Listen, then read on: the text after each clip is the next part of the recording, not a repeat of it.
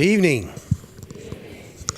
I'm David Miller. I'm the senior minister here at UUCF. For those of you who don't know me, welcome. It is an honor and pleasure to have you here tonight.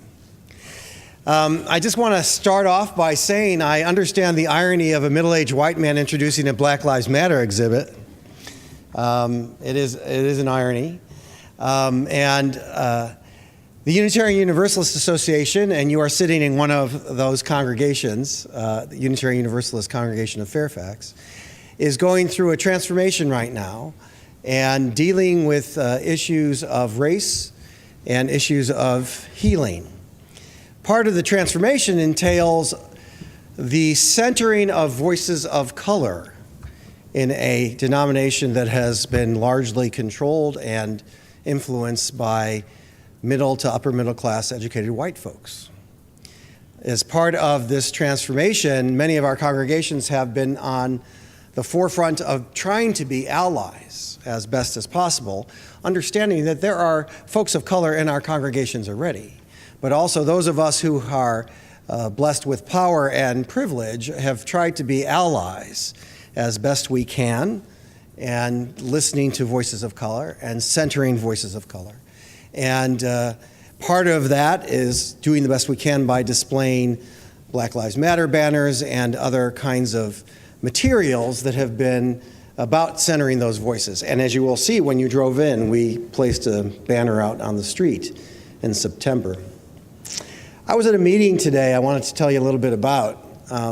Through the work that our congregation and I have done about gun violence and gun safety, I was invited today to meet with Senator Kaine with 19 other gun safety advocates, anti-gun violence advocates. And at first we thought the public was going to be there, and then we realized that it was just us and him and the news media, which was interesting. And there were 3 people of color in the room and only 1 African American.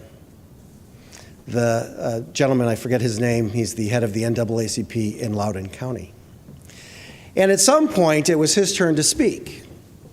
And he had to be the one that said, we have been struggling with gun violence issues in our community for far longer than it's been in the newspapers. And as difficult as the work is now because of the young people who have been dying in our schools and in the streets, the work in the African American community and other communities of color on gun violence issues precede many of those issues that we are now reading about in the newspaper. The intersectionality of these issues now are an important thing for us to think about.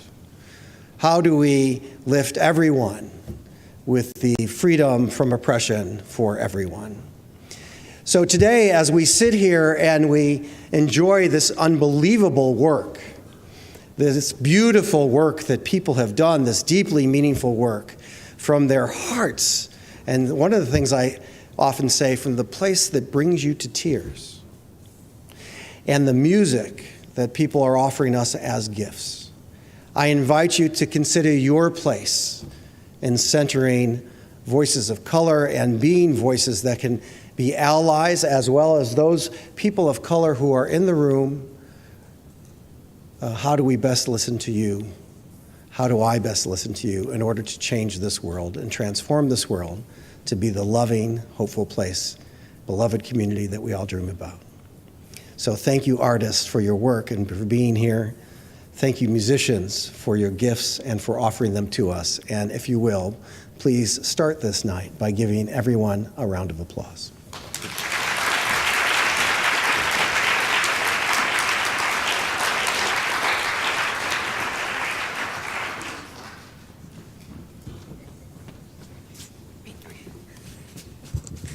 Good evening, everybody. How's everybody doing? Thank you so much. Thank you. Yes, a big round of applause again for yourselves for being here tonight. It's a Friday evening, you've worked all week, and then you made it. So that's awesome. My name is Munit Mesfin. I am new to UUCF. Some of you might not even know me here. Nice. And I have been coming here since October. I should tell you, the day that I arrived was the day that the Black Lives Matter banner came out into the front. And I think a lot of people might have thought I came there for that on purpose, but it was not. It was just a coincidence, which was really lovely because I felt like, oh, that's nice. They care. It's on board. All is well.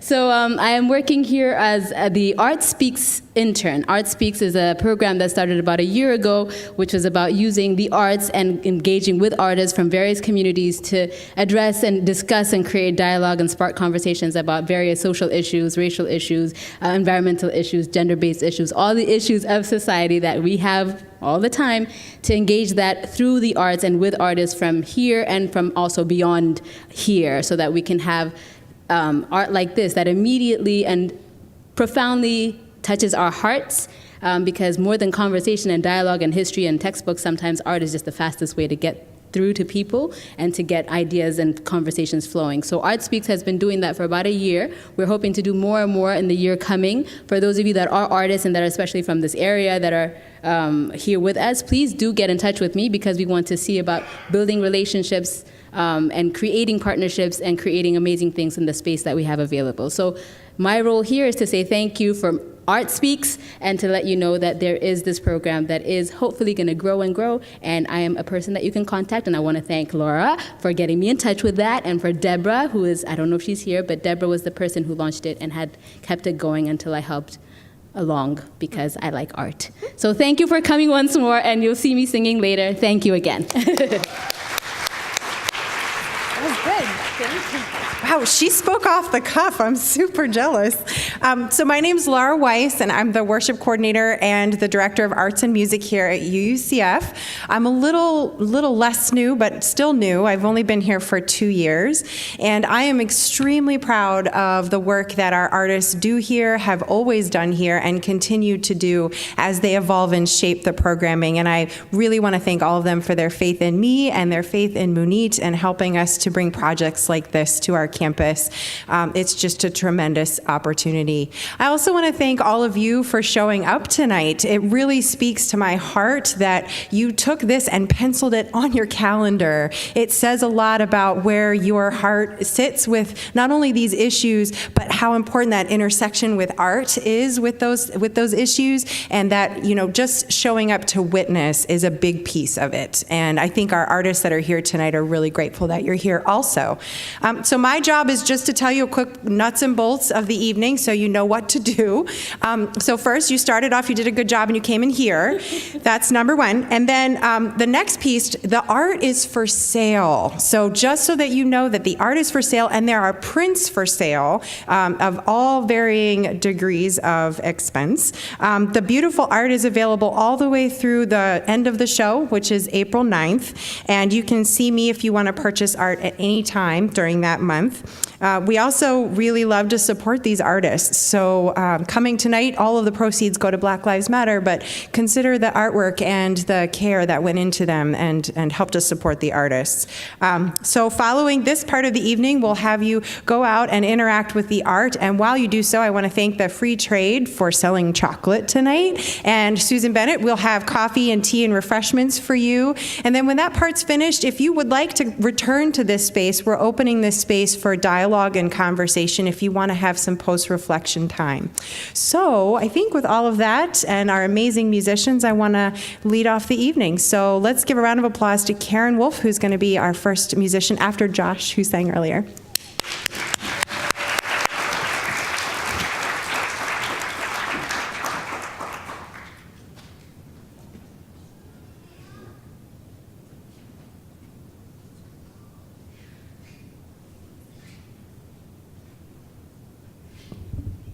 Good evening.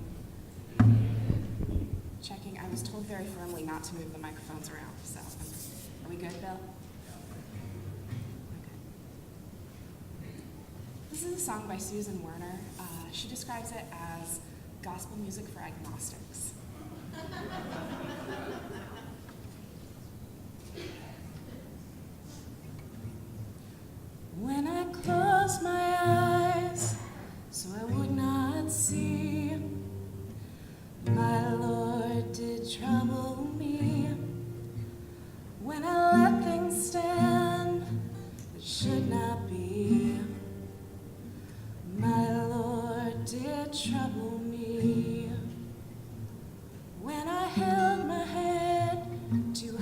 too proud, my Lord did trouble me.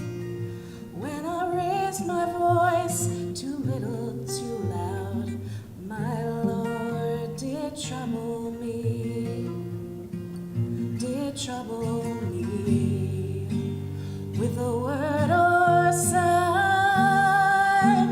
with the ringing of the bell in the back of my mind, did trouble me, did stir my soul, for to make me human, to make me whole. When I slept too long, slept too deep, my Lord did trouble me, put a worrisome vision into my sleep. My Lord did trouble me. When I held myself away in a park, my Lord did trouble me. And the tears of my brother didn't move my heart. My Lord did trouble me, did trouble me. With a word or sigh, with the ringing of the bell in the back of my mind, did trouble me, did stir my soul, for to make me human, to make me whole. But of this I'm sure, this I know, my Lord did trouble me. Whatever I do, wherever I go, my Lord will trouble me. The whisper of the wind, the rhythm of a song, my Lord will trouble me. To keep me on the path where I belong, my Lord will trouble me, will trouble me. With a word or sign, with the ringing of a bell in the back of my mind, will trouble me, will stir my soul, for to make me human, to make me whole, make me human, to make me whole.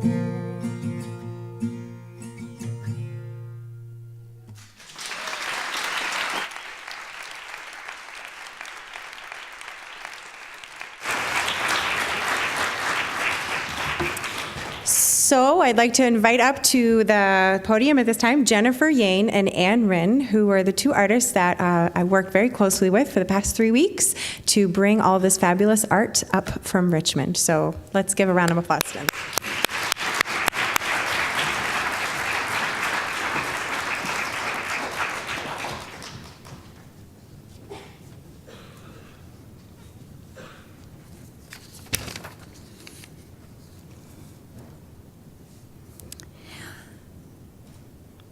Well, I'd like to tell you the story of how the Black Lives Matter show began in Richmond.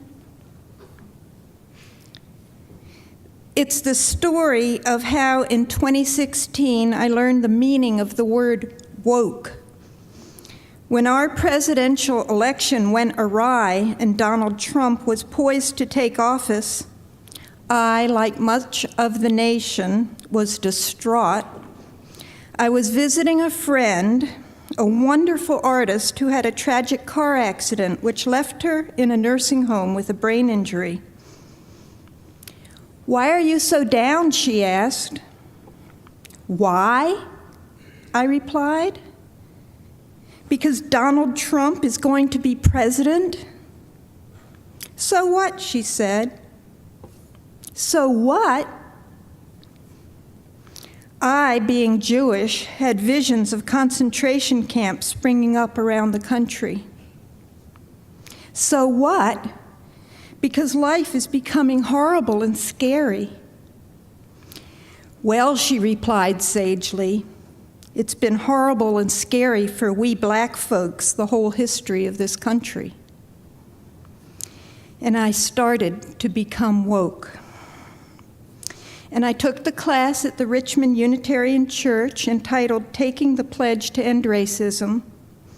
about systemic and institutional racism. And I attended social justice meetings, and I went to the art show of an old acquaintance, Ann Rinn, from the Women's Caucus for Art. The venue was at a Black-owned gallery, and when I saw her, the idea was spontaneous. I don't know who said it first, but the idea was born to have a Black Lives Matter show. And the most obvious, most hospitable venue for us was the Unitarian Church that holds the Taking the Pledge course, the social justice meetings, and has a huge yearly art show. Plus, my husband's sister, Eveline Jones, is the main curator for that show. And so an idea was born. We pulled name artists from the rich and varied arts community of Richmond and ended up with a full-page spread in our local weekly style magazine. We got the attention of Virginia Commonwealth University's Cabell Library, which included our show for Black History Month on their Jumbotron made of lights. Our art was up in lights. But the highlight of our show for me was the opening night with artists of all different skill levels and colors, mixing and mingling and full of pride. I thought the whole room might levitate. For the 2018 show, we drew on our artist membership and got together a committee of 6. And now it has come together again with the beautiful artwork you see here in Fairfax. Thank you, Laura, and the Fairfax Unitarian Universalist Church. We're thrilled to be here.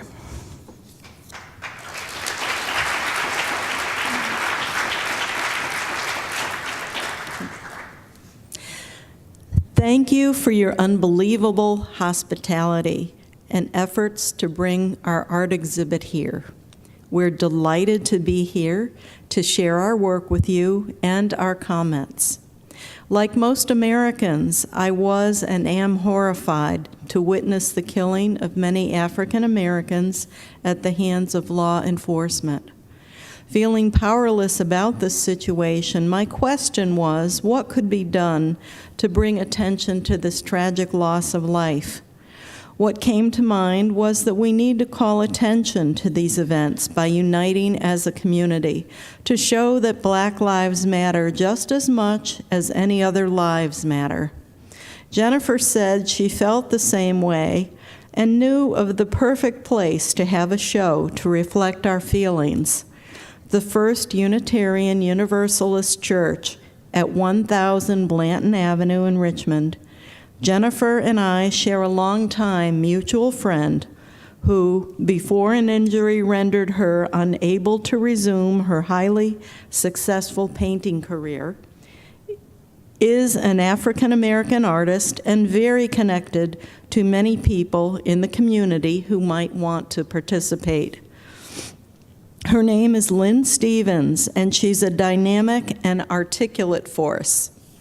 We are so fortunate to have had her friendship, input, advice, and willingness to help us engage people to participate in the show.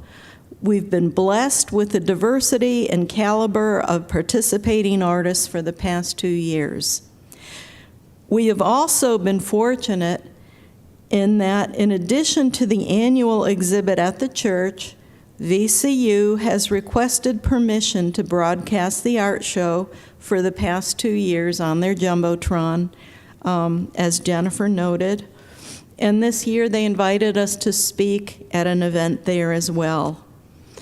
The talk was very enlightening and very well attended. Thank you so much for inviting us here, and we, again, are delighted to be here.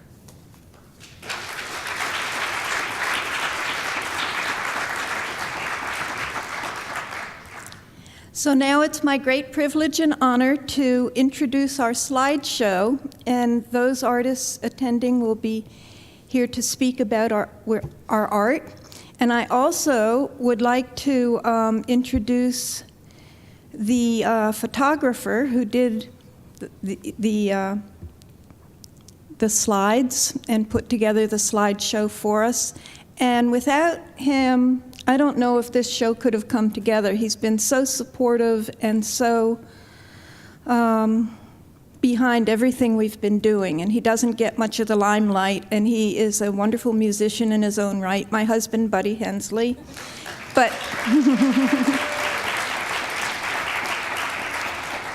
he'll be coming up to speak in a few minutes, but let's see. At this time, I think I would like to introduce the artist who did the postcard for the show. We've used this postcard for the last few years, and the Fairfax Church has used the postcard too because it's such a beloved and popular piece. The artist is Avon Miles Jr. We often call him AJ, and he's going to come up and talk about his art. Thank you, AJ.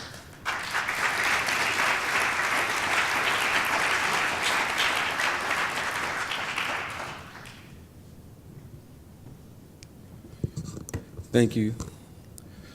Yeah, I'm not used to seeing it like that. I usually just like seeing it on my wall or in the studio.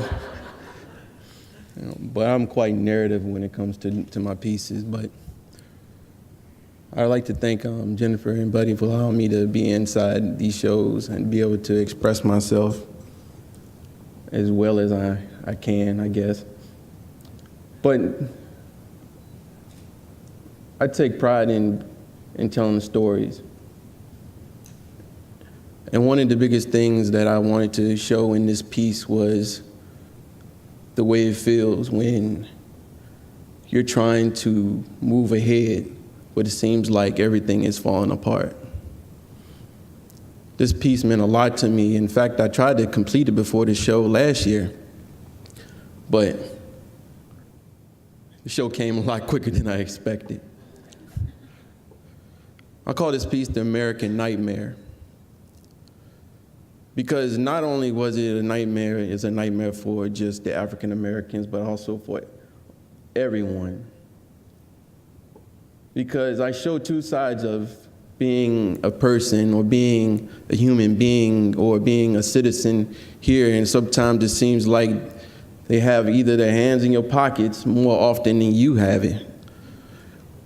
Or and then when you try to move ahead and it seems like you have shackles on your feet that's pulling you under. And so I wanted to show the top side of it being liberty, showing that it's inflamed and it's beautiful, but at the same time underneath it's falling to pieces. Because the foundation is built on beliefs that were not our own, but yet we were made to stand on them. You gotta forgive me, I keep looking at this piece because it's one of my favorites. And there's sharks underneath. Let me put it like this. I was watching a movie. And this movie was a slave movie. And one of the biggest pieces, it was called Amistad. And in one of the spots in the movie, there was a very powerful scene. And what it was is that they didn't have enough food to feed the slaves on the ship. And so what they did was they took a cannonball on the end of a chain and they threw it over the side. And as the body started being pulled off, it actually chokes me up. But they were literally killing people to save themselves. And it's quite a selfish move. And within that same spot, as the ladies were going by and the guy was holding a baby, and she took the baby out of the guy's hand, only to symbolize that death was better than being a slave. A lot of people feel that way sometimes, where it feels like it's better to die than to be subject to slavery. And I'm not just talking about slavery in terms of back then, but even now. How do you break your backs in order to find some type of financial freedom? How we will break our backs to find some type of freedom within our families where there isn't a lot of turmoil, and we will fight and almost kill ourselves to make sure that our children will be better than what we are, only to see that they end up in the same exact spot that we ended up in. Thank you. Yeah, you know I would keep on going.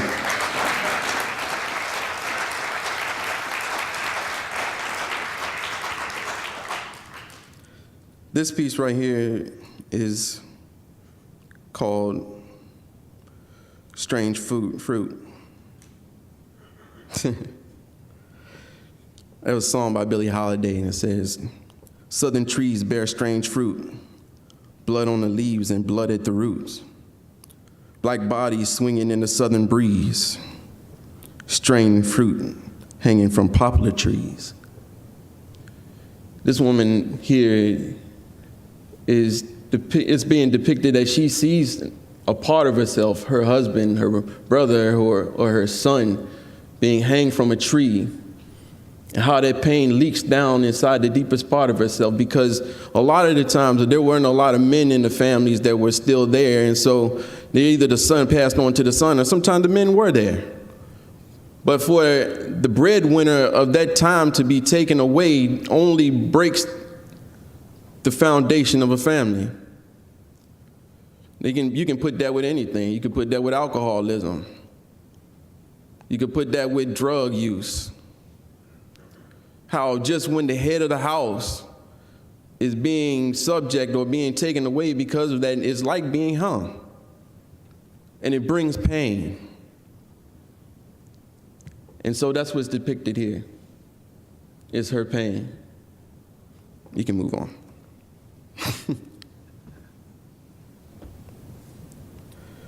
No, this is my favorite one. One of my favorite ones. I'm sorry, I got a lot of them.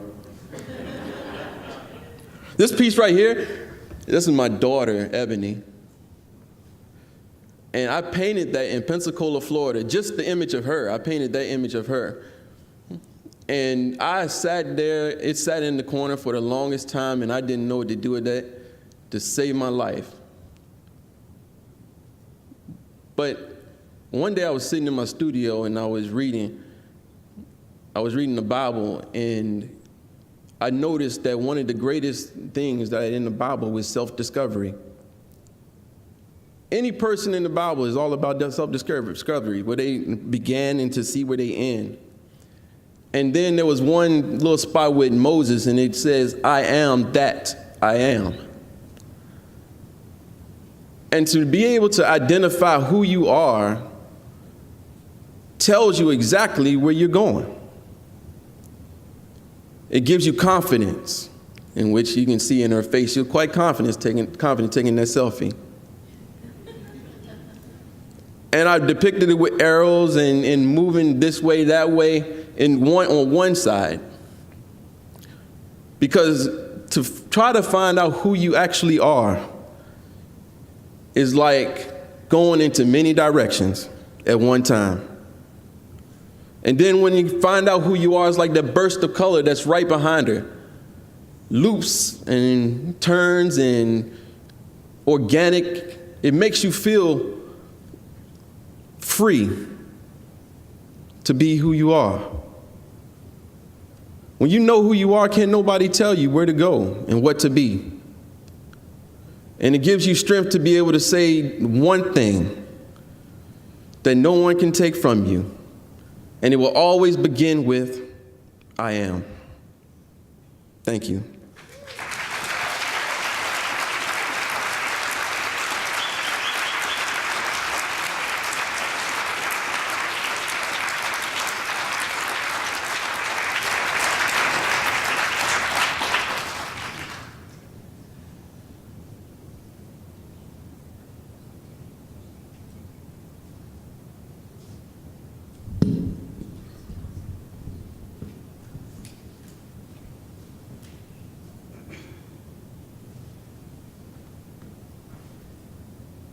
Hatred,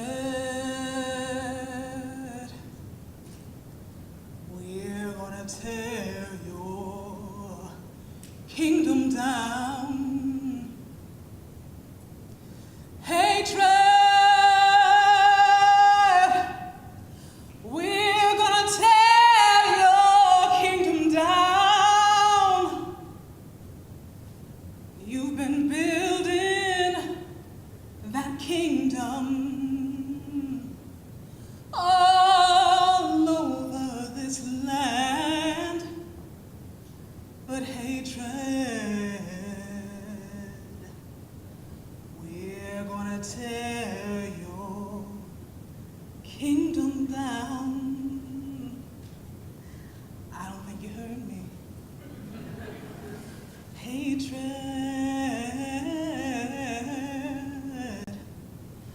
we're gonna tear your kingdom down. Hatred, we're gonna tear your kingdom down. You've been building that kingdom all over our land, but hatred,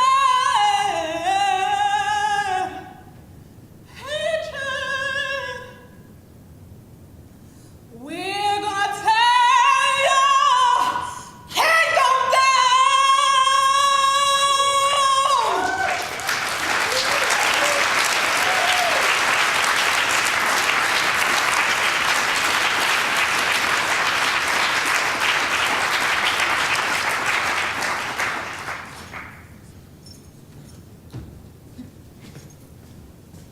Good evening, everyone.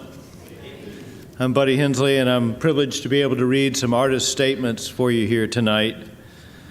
The first one is Dre Washington, and this piece is titled White Supremacy.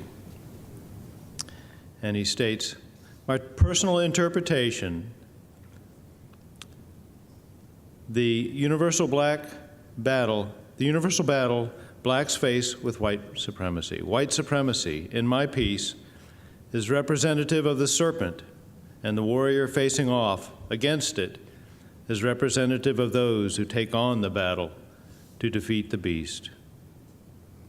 This piece also symbolizes the culmination of events leading to the final showdown between righteousness and the evil that has plagued this nation since its birth."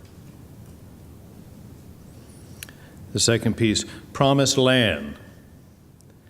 Visually playing off the story of Moses in Exodus, black people were forced into the very land we pledge allegiance to. Similarly to the Hebrews in Egypt, blacks under the hand of a pharaoh, or in our language, an overseer, were treated inhumanely for more than 400 years. God then sent a Savior, imbued with his power, to produce his wonders, divinely judge the oppressors, and to deliver them to the promised land. The figure in this piece is the representation of that Savior, who people in power have feared and enacted programs to assassinate, infiltrate, and destabilize black movements to prevent such an exodus. The central figure seen in the piece is the chosen leader to finally lead black people to the promised land. These are two other pieces that are in this year's show. This is titled Barack Obama, and this is Gentrification.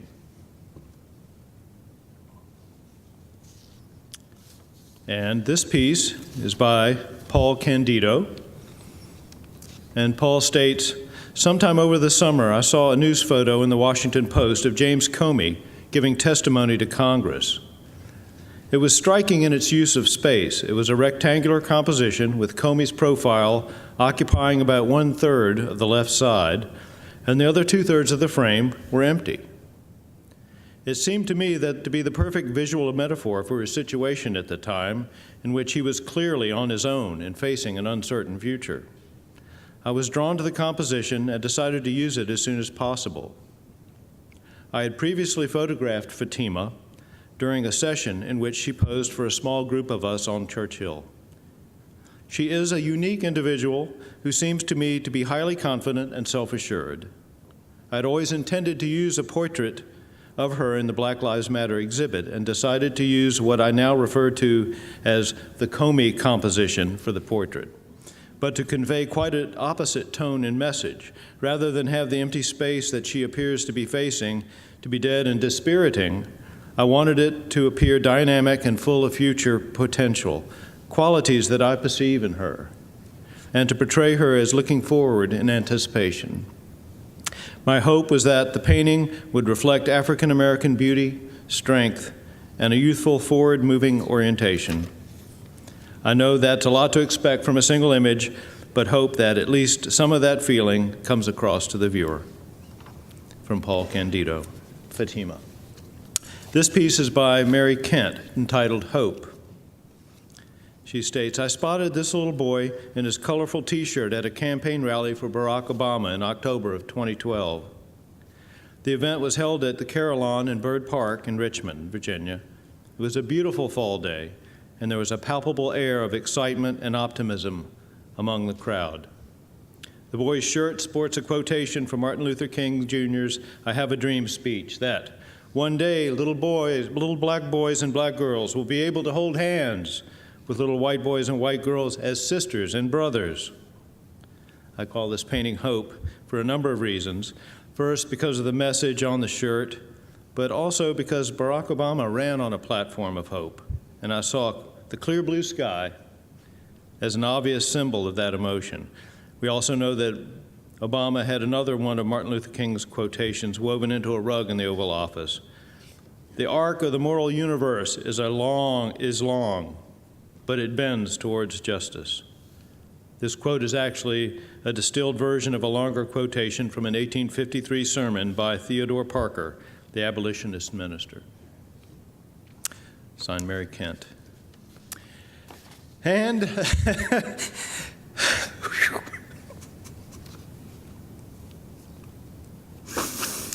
this is one of three pieces.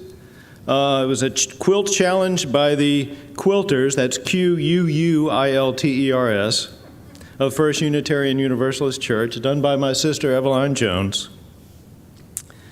And she has a quote in here from a hymn, Wake now, my conscience, with justice thy guide. Join with all people whose rights are denied. Take not for granted a privileged place. God's love embraces the whole human race. And she states, still carrying with me the impact of living the pledge class, so ably planned and executed by Anita Lee and Annette Marquis, I wanted my power of three to have a message. Few can argue with the choice of Martin Luther King and Maya Angelou for their great wisdom and the legacy of their words. Next slide is the Martin Luther King. These are quilt pieces. A quilter not from my church questioned my use of, the next slide, Trayvon Martin. She says, I could write an essay. She saw a boy up to no good. I see a teenager whose parents love him.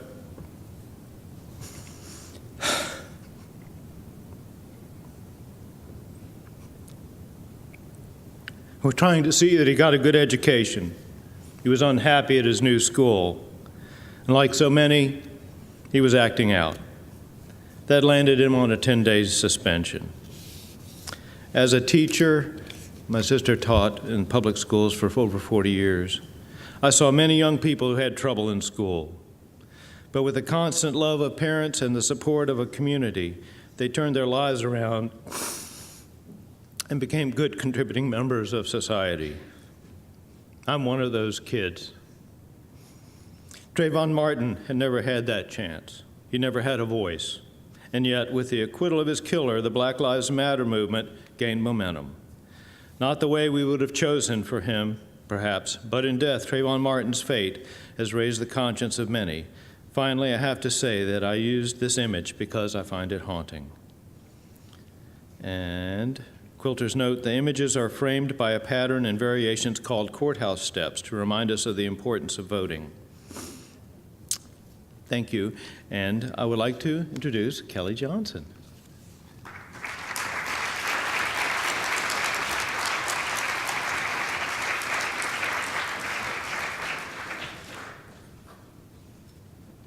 Hello.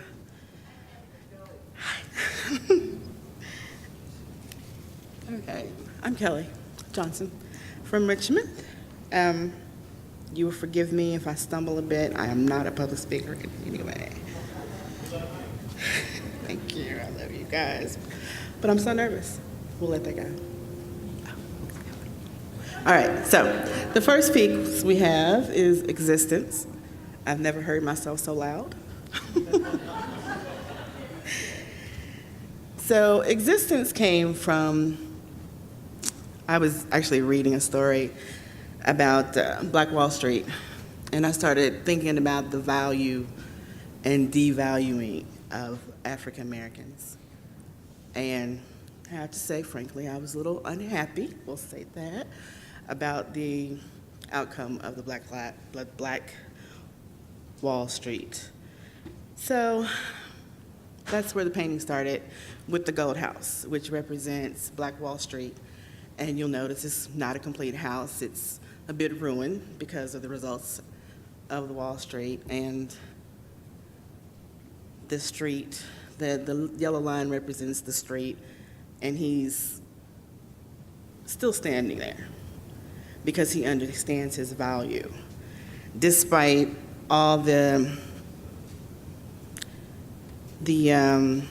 let's see how I want to say it, the ways that the lives of Black people have been devalued and the efforts that were made to make them feel devalued. So that's where the house came from, but you'll notice he's still standing there. He's still prideful. He knows himself.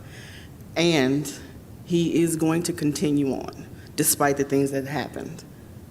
His clothes, I've had a lot of questions about that, and the different clothes represent the time that's passed. And his mouth is covered because in a lot of ways, we are made to be quiet in the things that happen. But despite that, he still has his eyes open. He's still standing there tall, and he's still continuing. And that's who we are. So we'll go to the next one, please. She came about actually a few months after him, and I was thinking about beauty and the European values of that, and how a lot of aspects about African American women are devalued as well. And we're not made to feel as beautiful if we are a certain color, if our hair is a certain way, if we look a certain way. But again, it ties back into the other one because we know our value.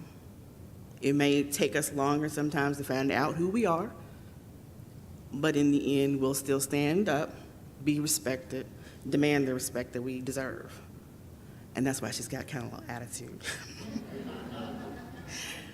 But again, her clothes are representing the passage of time.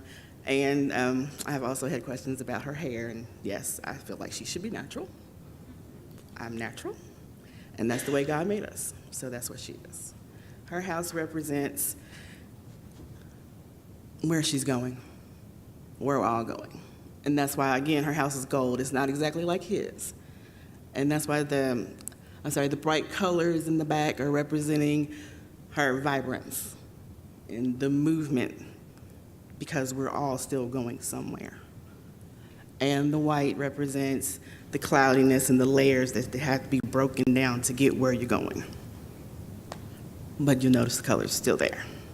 And she, again, has the look of determination on her face. And that's why she's called, I forgot, I'm sorry. She's existing here, and he is called Existence, and it's spelled like you pronounce it, because a lot of people don't see us, but we're there. And I didn't want to make it easy. I wanted them to sound it out. So, that's it.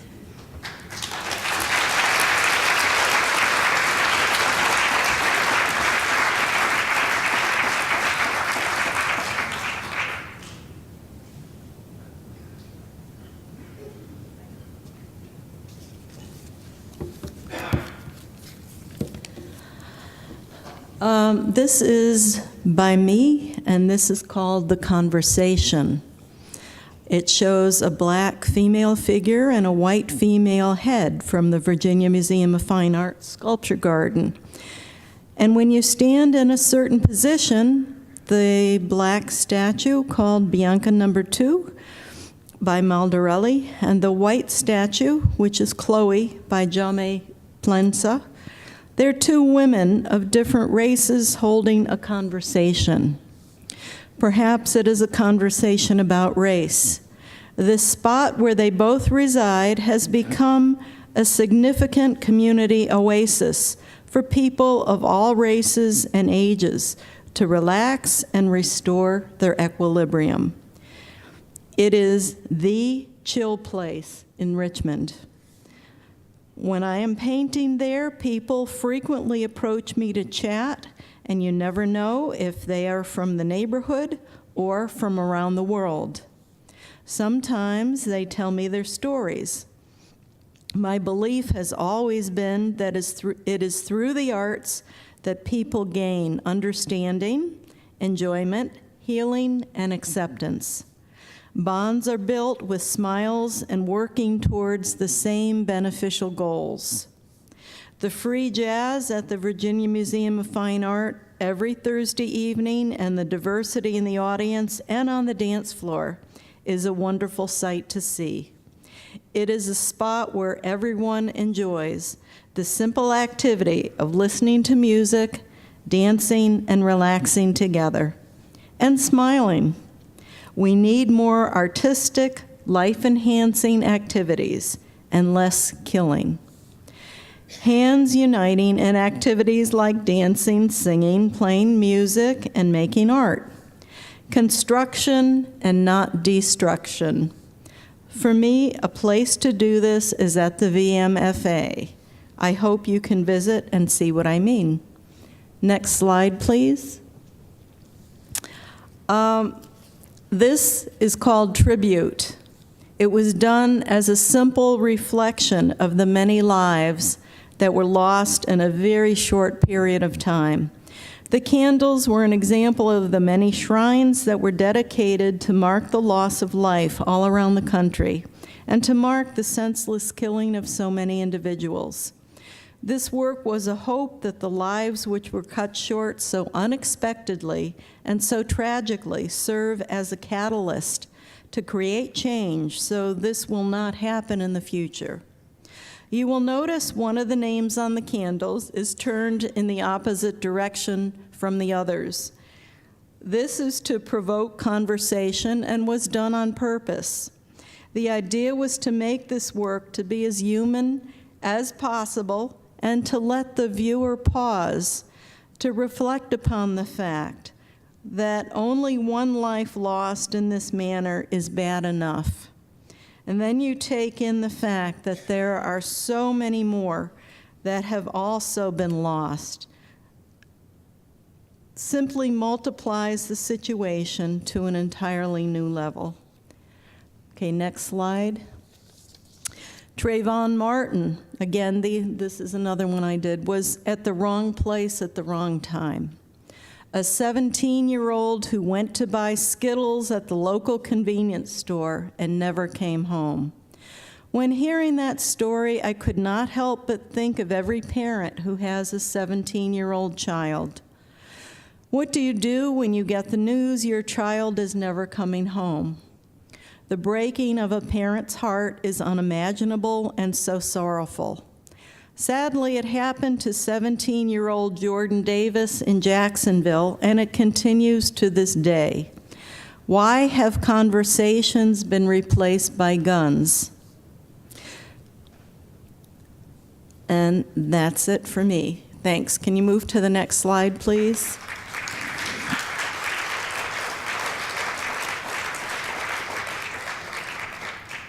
This piece is by Mitzi Humphrey, and it's called John Brown's Shroud.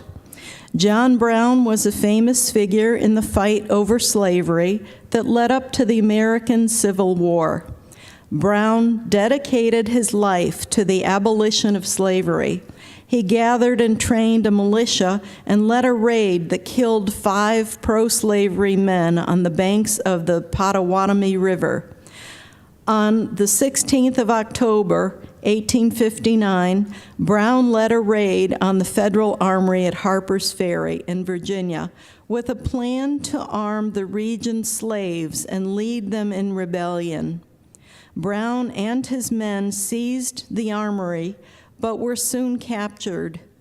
Brown was hanged in Virginia. His death became a rallying point for anti-slavery forces and then for Union soldiers in the Civil War, who sang a marching tune called John Brown's Body. And then we can go to the next one. Okay, this is by her daughter, Cheryl Humphrey. And she's given me some notes on her painting called Girl with a Gift. As an artist, I really enjoyed the challenge of combining the close observation of still life with a fantasy portrait. The goal was to create a stylistically unified painting out of 2 vastly different approaches. All the paintings from this group featured girls facing forward and looking directly at the viewer. I had long been bothered by the shortage of strong, positive, non-sexualized, and empowering images of women and girls in the then current visual culture. Feminism was neither the impetus for my making the artwork nor the direct subject of the work. Yet it was, and still is, almost always a factor in the choices I make whenever females appear in my work, which is quite often. I was also noticing how there were even fewer strong, positive images of black girls and girls of color in general. Again, this issue was not what my work was about, but I tried to acknowledge it in a quiet way that suited the work, simply by having this series of imaginary portraits include depictions of girls of various races and colors. Their idealized faces hint, I hope, at my wish for an ideal world where we are all equals. What is the gift in this painting? The viewer decides.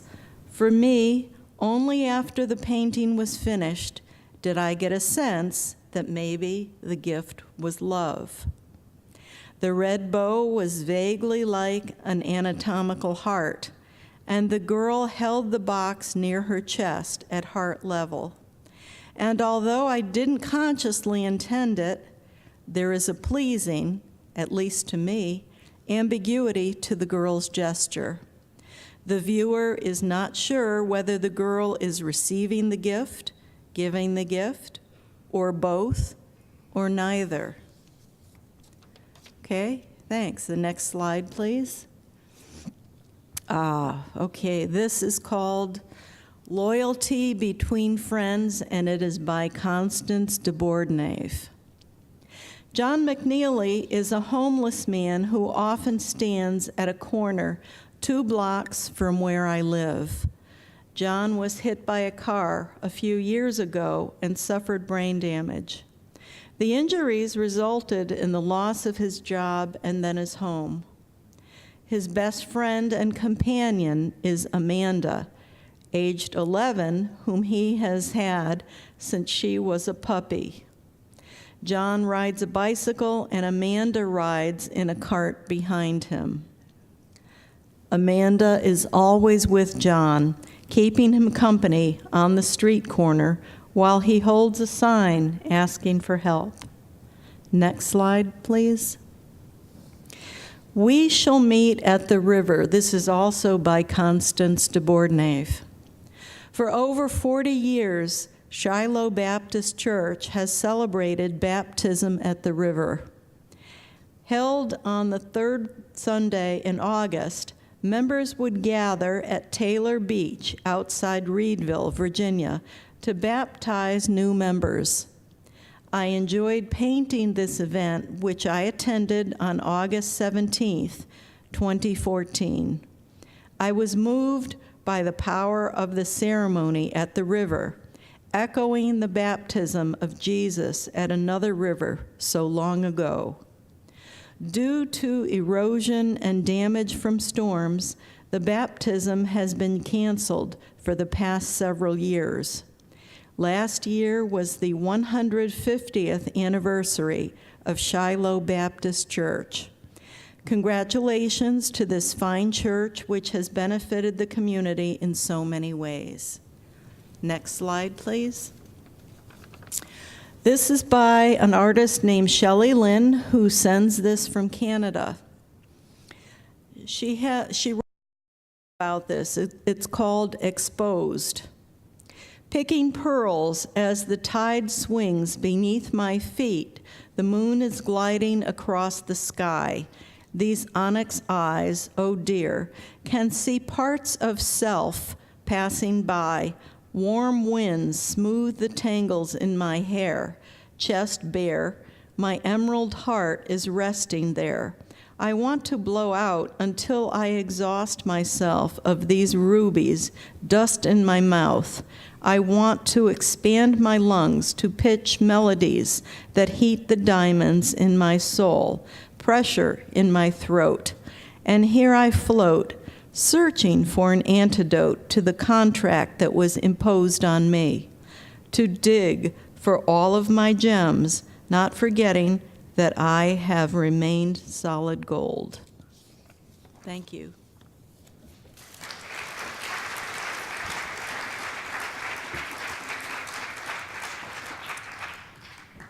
I want to introduce our next artist. His name is Larry L. Paz Davis, and we are going to introduce his piece. He is going to be talking about his art and also bringing us a performance piece. His creed is, we create what we want to see, not what the world wants to show us. Be a light, not a lampshade.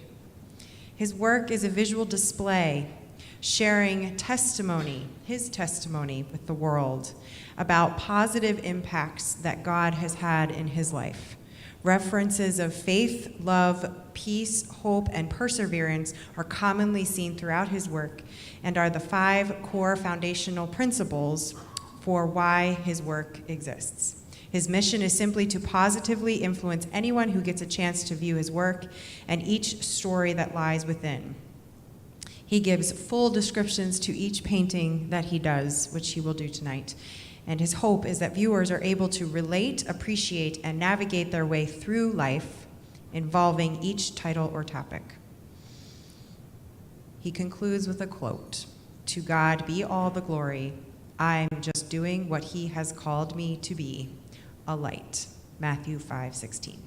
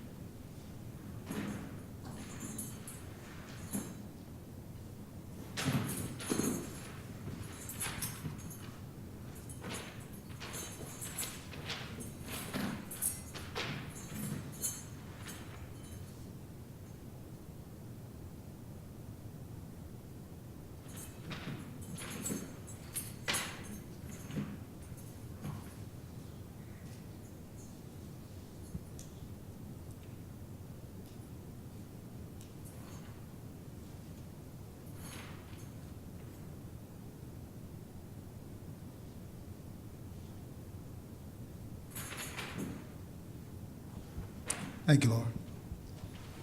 You guys can breathe. You guys can breathe.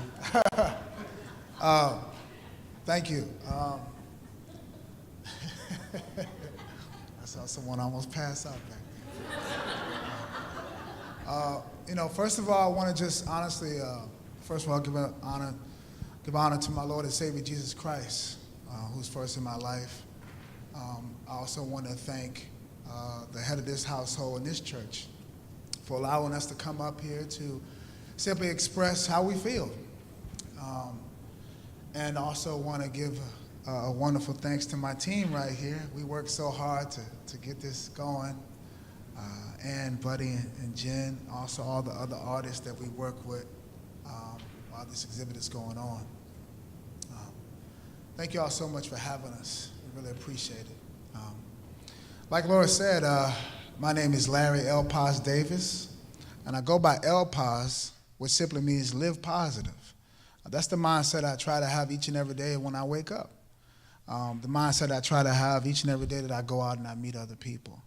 And so my artwork is simply a story and a testimony of how God's been in my life and what he's guided me to and through. And I share that through my artwork. And that's the beginning and the end of what it is that I do. And like Laura stated in my artist statement, I really live by the creed of, we create what we want to see, not what the world wants to show us. And if we all thought about that for a second, we can actually create what we want to see. More love, more hope, more peace, more togetherness, more unity. If everybody thought like that, then this world would honestly, truly be a better place. And so tonight I'm just going to talk to you real quickly about two pieces that I have. One that you see right here is called America on the Backs of the Enslaved. Not the slave, but the enslaved. And I say enslaved because these were human beings. They weren't born a slave, like you're a slave, or your skin, you're cursed. No, that's a lie. These were free people in their homeland, enjoying the freedom that were brought into captivity. And so in that message, not slave, but enslaved, is this: you don't have to be the condition that you're in. You're not defined by the condition that you're in. It's just where you're at that moment. And so what I want to do is simply go through the description that I've written out, and also we have a couple of pictures we're going to show you on the slide, of course, and hopefully you'll be able to relate a little bit more to what I want to share. And yes, this ball is a little heavy. That's real.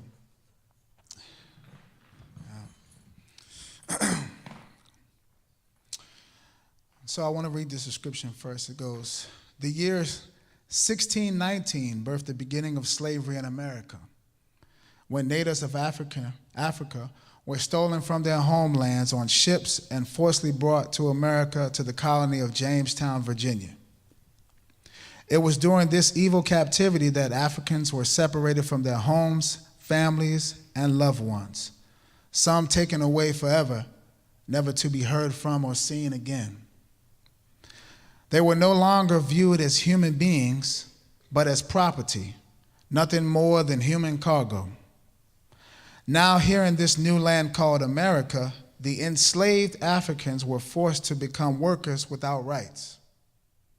They were made to perform in grueling conditions and circumstances in efforts to build America's economy through hard, vigorous, back-breaking agricultural labor for crops such as cotton and tobacco. African women also worked as caregivers for their oppressors' children and as servants or maids, while many others were forced into a life of prostitution as a way to provide sexual pleasures for their new owners. These acts of labor became extremely profitable for America, and because of that reason, the enslaved Africans were then referred to as black gold, and became a huge necessity and asset for building America. These wicked owners and oppressors, known as slave masters, would use hateful force and humiliation upon the enslaved Africans as punishment. For example, if they refused to work or disobeyed orders given to them, They were frequently whipped or beaten, sometimes to the point beyond recognition, or worse, they paid the fatal price by being killed.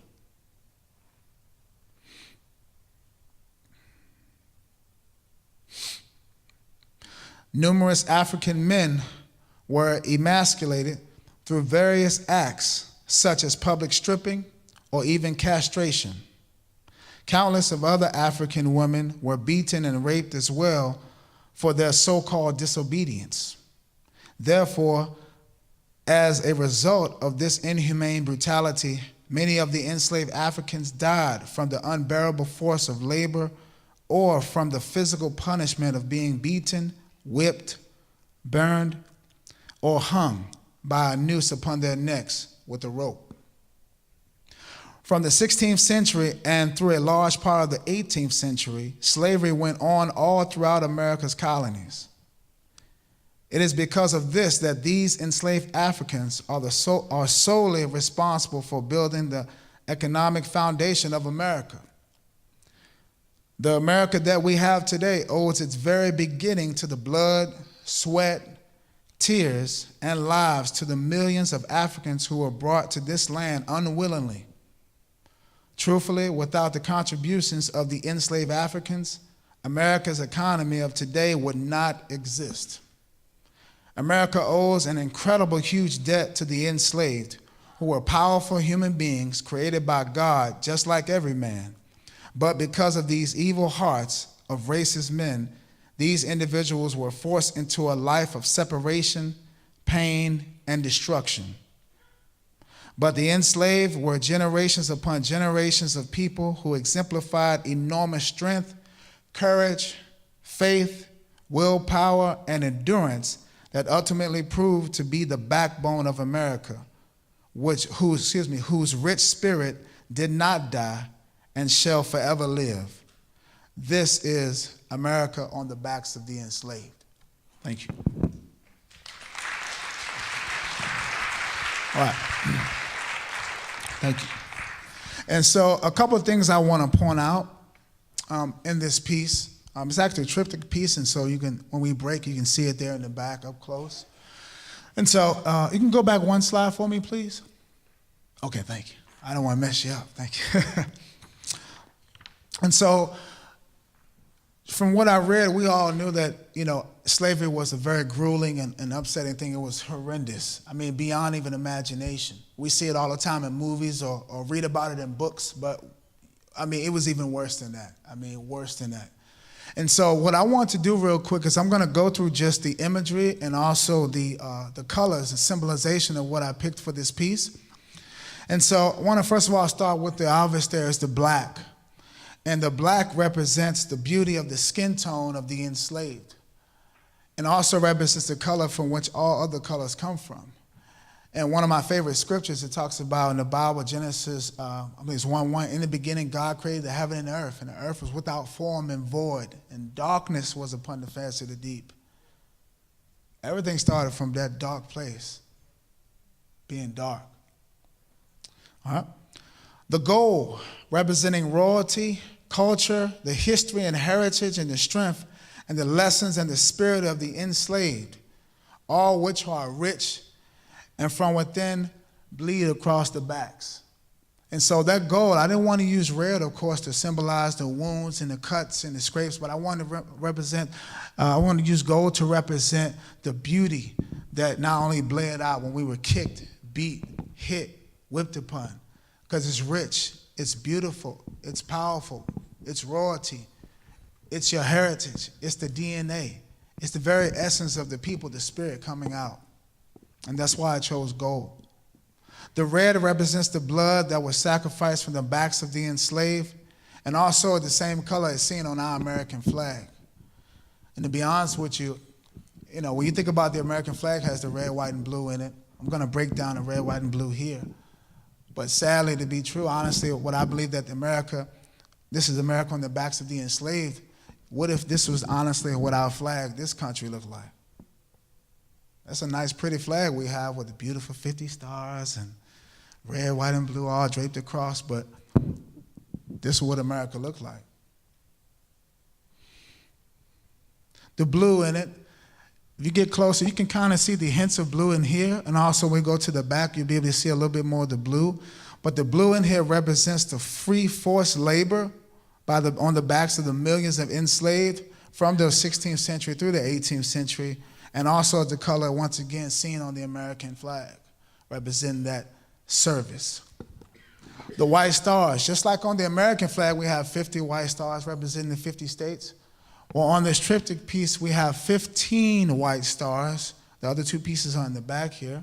And those represents 15 states as well. The 15 states where slavery was legal. It was legal. The 15 states where slavery was legal until 1865 with the emancipation. Also, if you look here in the left corner, actually, you can go to the next slide. Thank you. Right here in the left corner, it's also, see that red symbol there? It's a double diamond symbol. That is a slavery symbol that represents slavery, justice, and captivity. Okay, it's representing double diamond, and it represents handcuffs. And so this is also a brand. So if you were a slave, they could put this on your shoulder or anywhere on your back to represent that, yes, you are a slave. And it was a brand, just like one would brand cattle, one would brand a horse. Once again, you being property, so they depicted the enslaved as, so you will be brand. And closely, if you look there, you can see it kind of has a texture to the red. And I wanted to do that because I wanted to represent it kind of being a keloid, how a keloid scar would be on the skin. And so that would be the brand. Also, I talked about the 15 states. Well, these were illustrating here the 15 states right here. If you can follow along with me, the abbreviations: Alabama, Arkansas, Delaware, Florida, Georgia, Kentucky, Louisiana, Maryland, Mississippi, Missouri, North Carolina, South Carolina, Tennessee, Texas, and who's left? Who's rounding it off? Good old Virginia. Good old Virginia.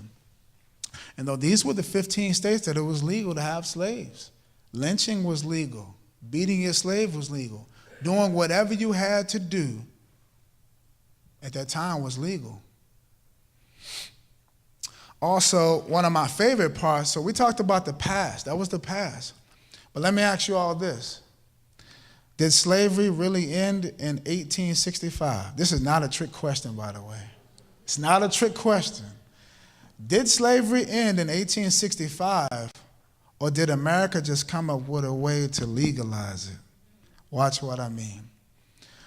Right there where it says 1A3, well, that symbolizes Amendment 13. Does anybody here know what the Amendment 13 says? Well, excuse me, the 13th Amendment says. What does it say, buddy? Basically, makes slavery illegal except in terms of incarceration. Wow. Something like that. I haven't got it exactly. You got it exactly right. It says neither slavery nor involuntary servitude, except as punishment for a crime. So slavery didn't end in 1865. They just found a way to legalize it by putting it in the Constitution. Amendment 13, it says this today. Remember, I'm sure everybody's familiar with that saying, don't be a slave to the state. That's not just a saying, that's a real thing. So in the 13th Amendment, it says neither slavery nor involuntary servitude, except if you've been found guilty of a crime. Now, where are people that are found guilty of a crime at now? In jail. Ta-da, modern day slavery.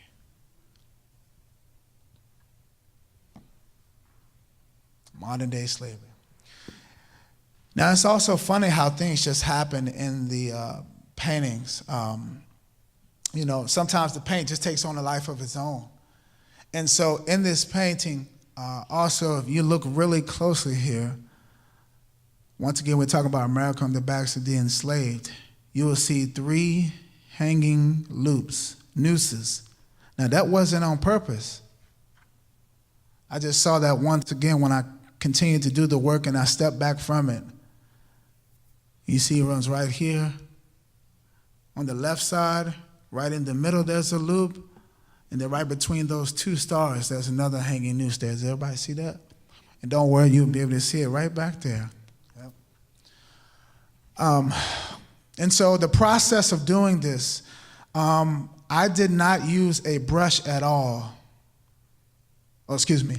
To do the gold, thank you. I did not use a brush at all to create these marks. I wanted to get as closest to an actual beating of an enslaved individual as I could. And so I would like to show you the process that I did to create this piece, if we have the video.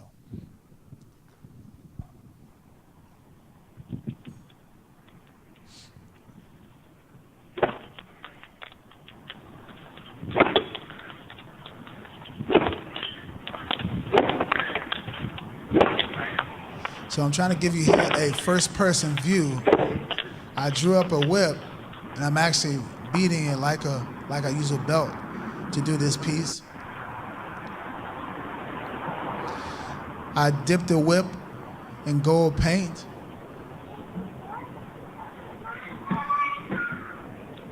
You see the whip there? I want you to listen to the crack of this.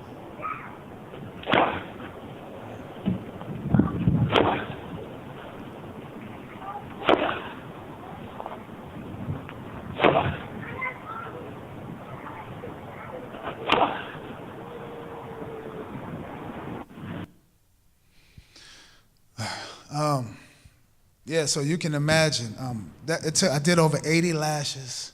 I did over 80 lashes to this piece. And you know, once again, I just try to put myself into both positions of one giving the hits and then one receiving it. I found myself shaking after like the 8th one. Like, I'm really doing this? Like, this is crazy. I found out how exhausting it would be really quickly. It was very exhausting. I was sweating. I was very fatigued.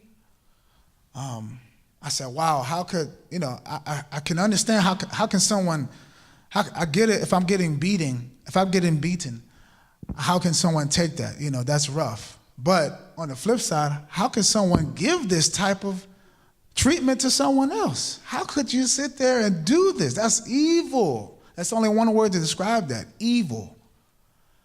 Evil. So, yeah. And so that was America on the backs of the enslaved.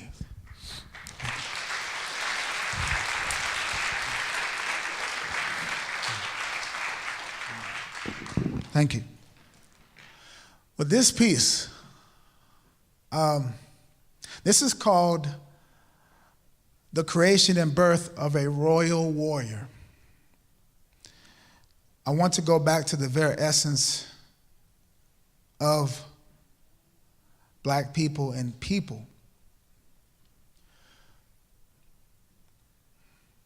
Very back to the anatomy and just DNA of human life. And so this is called The Creation and Birth of a Royal Warrior, called unto purpose. And I'm going to read the description for you. It says, from the seed of a chosen father, whose heart comes from a good place of rich culture, with an identity that flows as long and as deep as the Nile River, the creation and manifestation of a royal people has come. Full of purpose, clothed in the spirits of the ancestors, and in the truths of the God of gods, entering into this world a born leader, a warrior, sent to lead the people with wisdom, strength, love, and faith. Born fist first unto his people as a symbol of power and cultural pride, he shall lead them, and others will follow. For he has the heart of God, full of integrity. Rejoice and make way, for the royal chosen one is here. I'm going to break this down for you. So this figure right here to the left, that sort of looks like a head on it, that is my depiction of a sperm seed when it comes to creation. That is a seed. Yeah, thank you. You got that? That's a sperm. Right? So this is a sperm seed. And so we know what the sperm seed has so much information. While we're always, all right? So this is the sperm seed, okay, that gives life unto the egg, and then the fertilization can begin. And so in this sperm seed, I'm going to break down the colors in a moment. But here's the sperm seed. Over on this side, all the way over to the right, is the heart. The heart, the creation and birth. Now, ladies, women, you have children, raise your hand real quick. You have children. Look at all this beautiful. Look at all that. Okay. So, how did you know that you had a living being inside of you when they told you about what? That heartbeat. That heartbeat. And so, from the sperm seed of fertilization, the living creature began being a beautiful human being, and then boom, the heartbeat, the creation and birth. And now in the middle, you have the manifestation, the mass of all the creation coming together to birth your beautiful child. Not only the child, but the beautiful nations that will come after. Born fists first. You see in the middle of those figures that are hanging down from that creation mass, that middle figure looks like a fist. And then the one to the left is a fist coming out. And then the one to the right is a forming fist coming out. That's where it says, one will come, but then led by many others. And so this is the creation and birth of a warrior. And I want to go through the colors. The colors on the black, representing, the very essence of a warrior who is rich, beautiful, powerful, and unashamed. The purple, representing the elements of royalty that runs deep through the generations of the chosen, of those of royal people called unto purpose by God. That purple, once again, representing royalty. The gold represents the rich and powerful culture of the warrior and of the ancestors before him. With power and might he shall rule. The sperm seed, like I already pointed out, and the heart. I don't want to read that too, so I don't miss that. Representing the sperm seed, representing fertilization that brings forth life to the generations from the chosen father unto the royal warrior of generations from the past, present, and future. The heart represents the sign that there is life, with blood pumping vastly through the veins of the warrior, and with every beat he shall lead them with bravery and strength. And then the creation and birth mass right in the middle, representing the elements all coming together to perform the birth of the warrior and others after him. For he is leading the people out into a chosen life of purpose and victory. This is the creation and birth of a royal warrior. Thank you.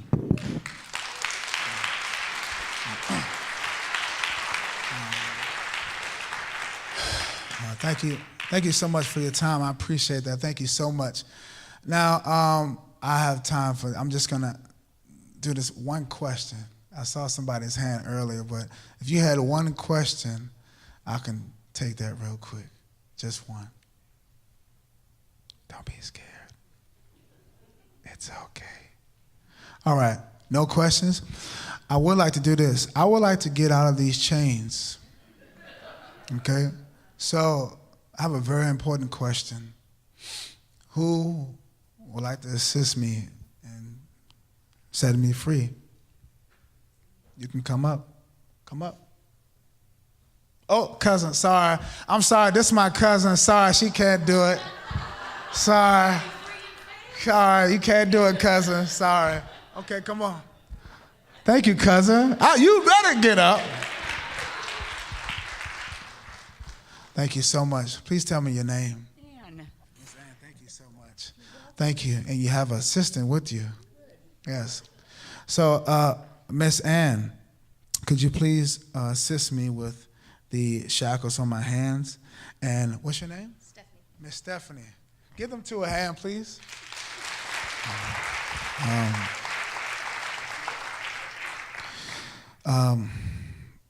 I just want to thank you all for coming up, and doing this.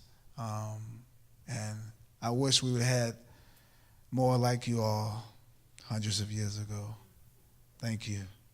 Thank you. So if you could get, I want you to take up top. I don't want you bending over. So on these are actually real. So this is the key that's actually on here. So you're going to use this and just turn it, and this should open up.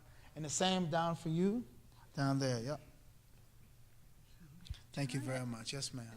You can't hurt me. It's okay. You said Miss Ann, right? Ann. Okay, yes, Ann. Yes. Well, it's getting tighter. Got your key. Okay, so what you're going to do is put that back in. See? And you're going to just keep turning. Yep.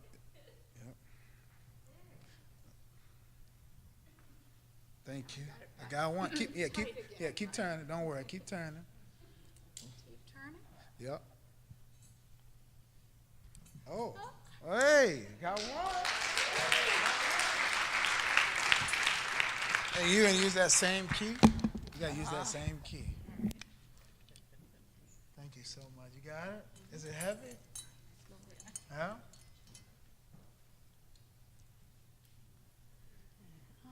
Got that. And then this one. Thank you very much.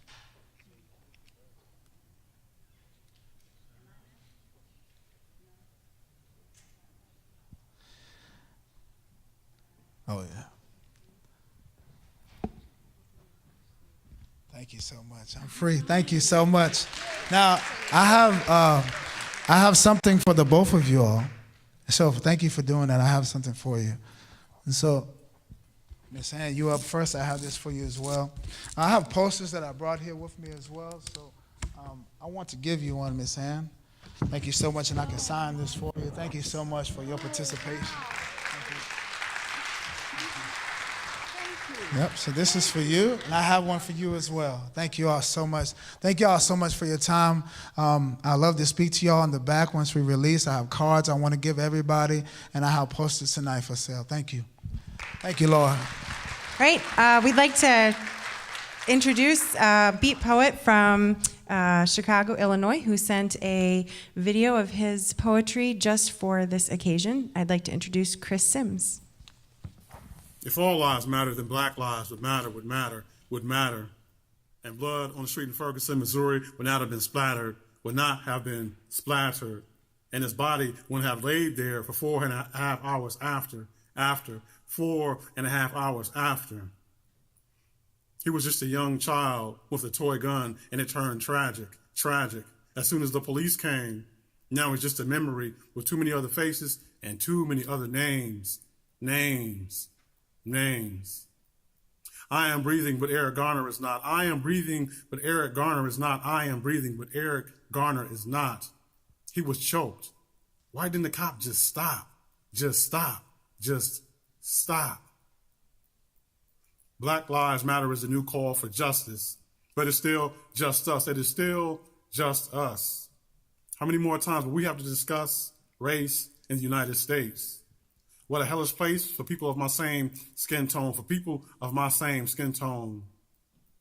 I want to run off to another country and live like Nina Simone. I want to run off to another country and live like Nina Simone. Christopher D. Sims, peace to the Black Lives Matter movement for Black Lives, peace.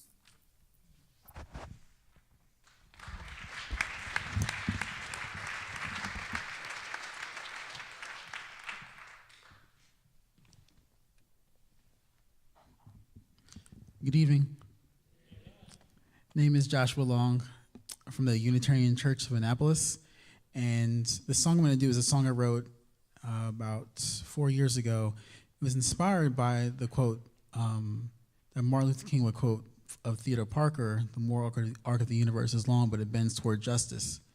And so I kind of wrote this song out of that. It's called "Greater World."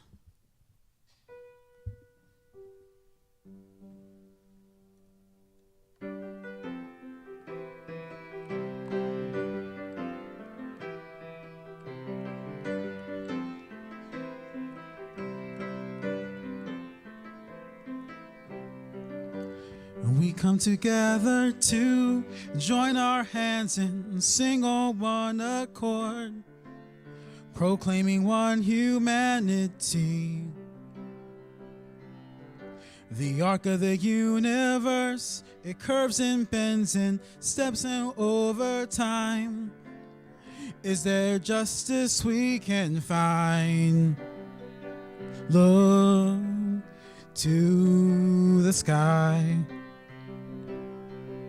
Search down inside. The universe is bending. The force is pulling. The spirit is moving to a greater world.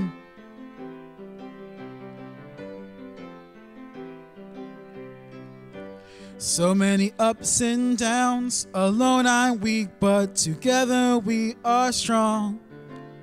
Look at the good that we can do. Wherever you draw strength, God or nature, human or divine, never justice we can find. Look to the sky. Search down inside. The universe is bending. The force is pulling. The spirit is moving to a greater world.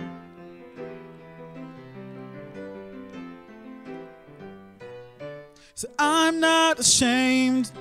Together we are one. So much to gain. Together we are one.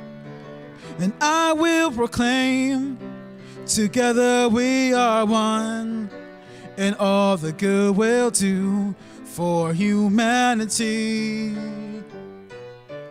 I'm not ashamed, together we are one. So much to gain, together we are one. Say, I will proclaim, together we are one, and all the good we'll do for humanity.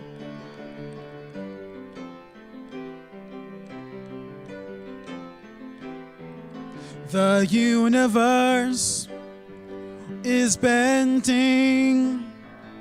The force is pulling. The spirit is moving to a greater world.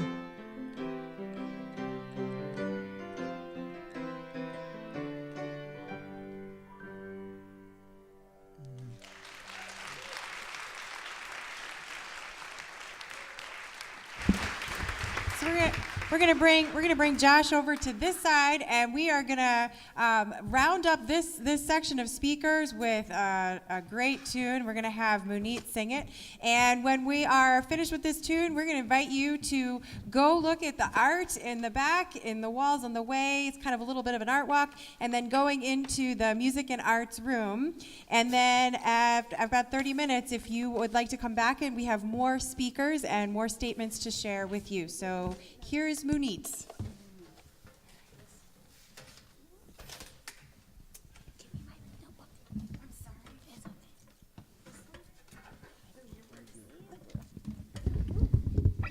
First, I would like to say again once more, thank you for those we have heard and thank you for those we are going to hear.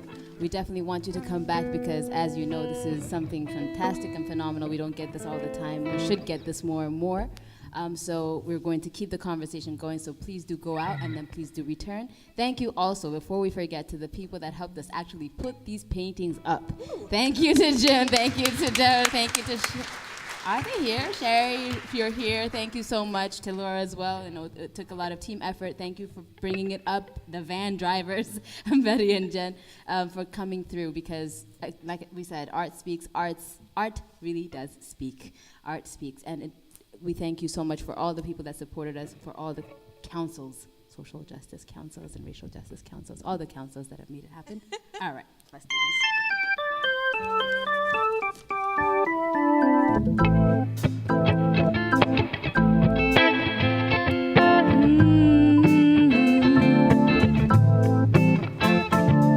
Wake up, everybody, no more sleeping in bed. No more backward thinking, time for thinking ahead. The world has changed so very much from what it used to be. There is so much hatred, war and poverty. Wake up all the teachers, time to teach a new way. Maybe then to listen to what you have to say. They're the ones who are coming up, the world is in their hands. When you teach their children, teach them the very best you can. Oh, the world will not get better, no, if we just let it be. The world won't get no better. We gotta make a change, just you and me. You can clap if you feel it, because clapping feels good. Yeah, wake up all the doctors, make the old people well. They're the ones who suffer and who catch all the hell. They don't have so very long until the judgment day. So won't you make them happy before they pass away? Oh, wake up all of you girls and let's get on the land. I know we can do it if we all lend a hand. The only thing we have to do is put it in our minds. Surely things will work out, you know they do every time. The world won't get no better if we just let it be. The world won't get no better. We gotta make a change, just you and me.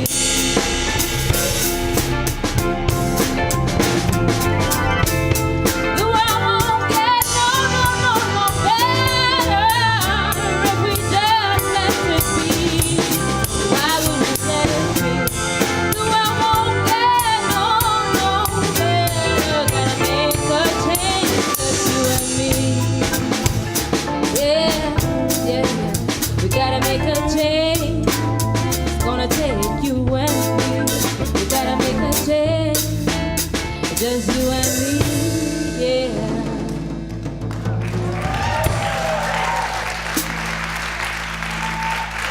Thank you so much. So we're gonna now let you get up.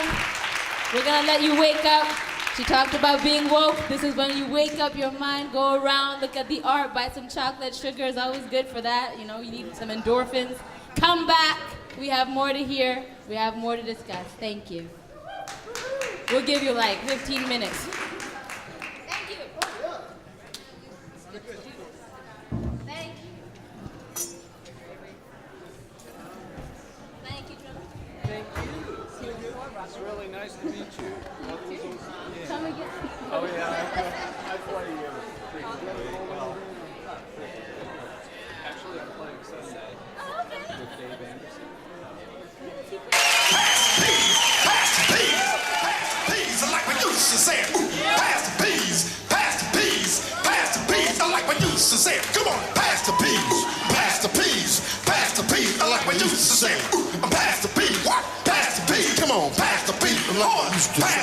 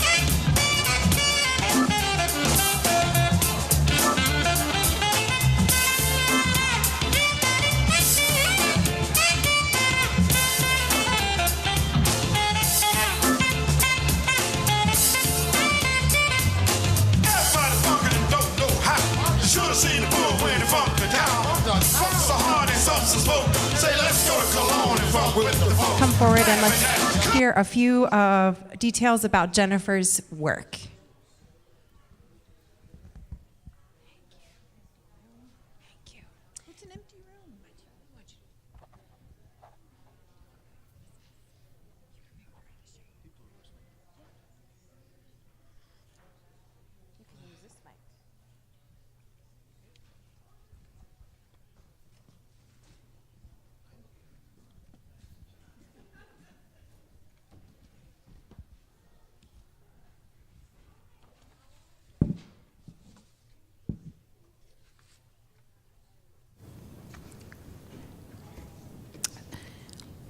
I don't know which one to use.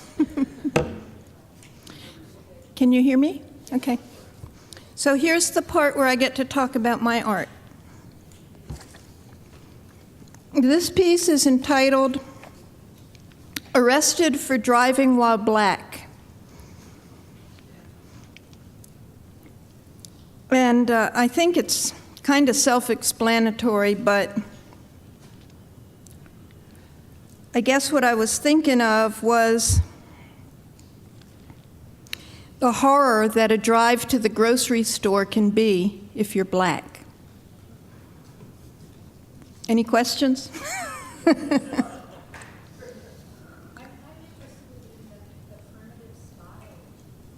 I have a number of different styles.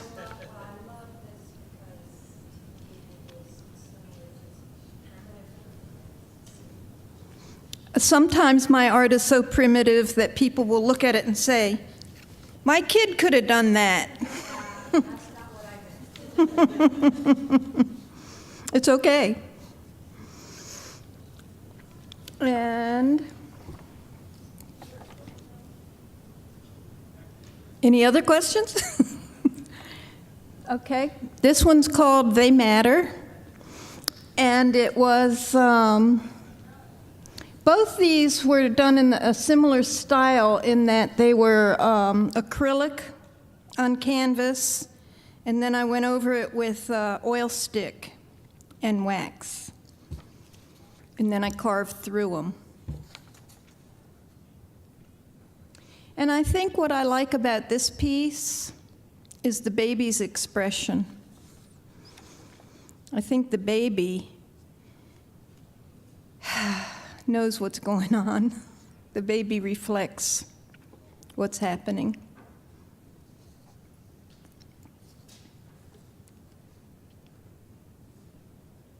Any questions?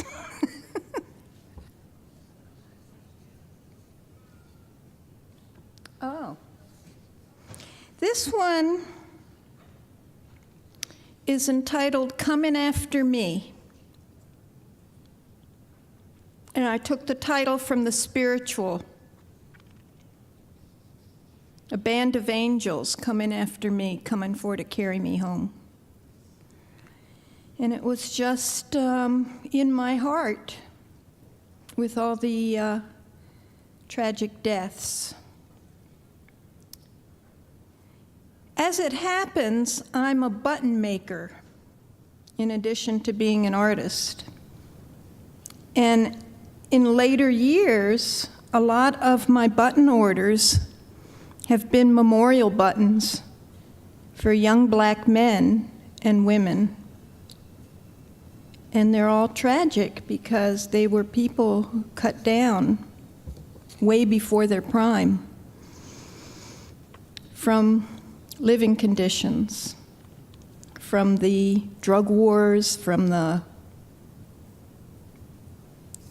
ways that they've been forced to live. So I see the grief left in the wake of their untimely deaths.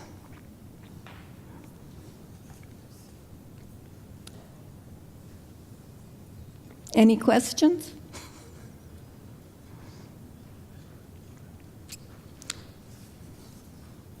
This one is called Twisted Tree, and it's totally non-logical, doesn't come out of my head. I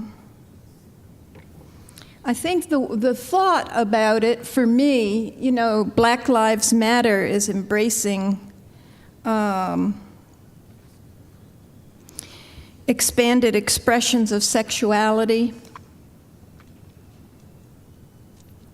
and there's always the presence of the authority,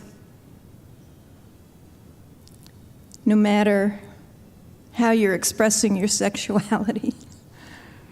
So the most troublesome part of making this picture was not making the authority dominate the whole picture.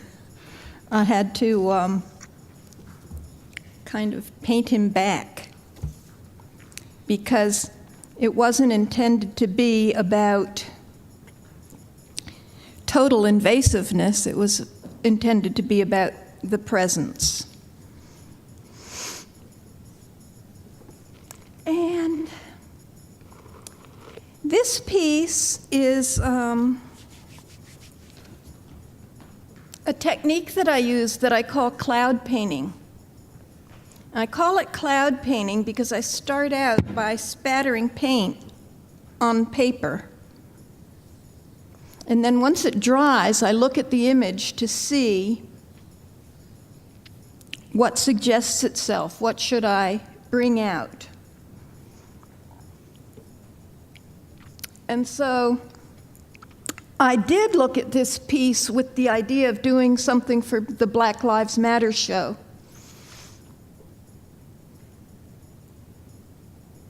But the images weren't preconceived.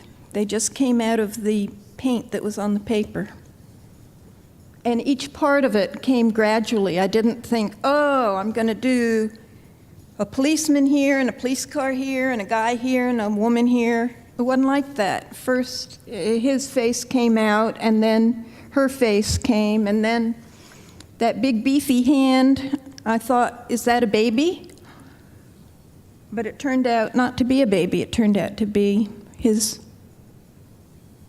hand. And what I wish I had named that, but AJ already had the title. I wish I'd called it American Nightmare, because that's pretty much what it looks like to me. I called it Dangerous Night, which is a pretty wimpy title.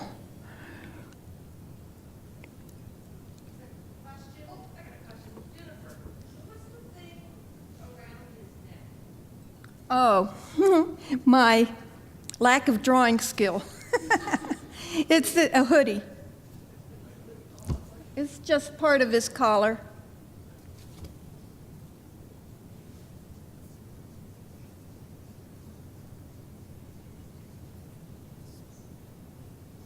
So what I wrote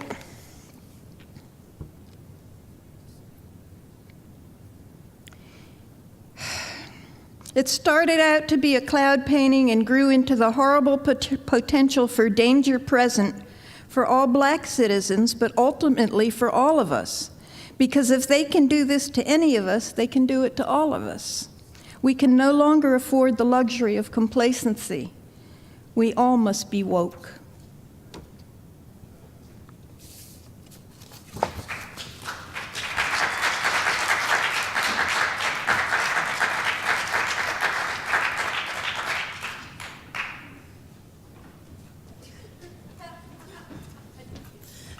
Thank you, everybody, for coming tonight. I hope that you have been moved by the artists, by the experiences. Again, thank you very much to our amazing guests for driving up today and to all the artists for making the work.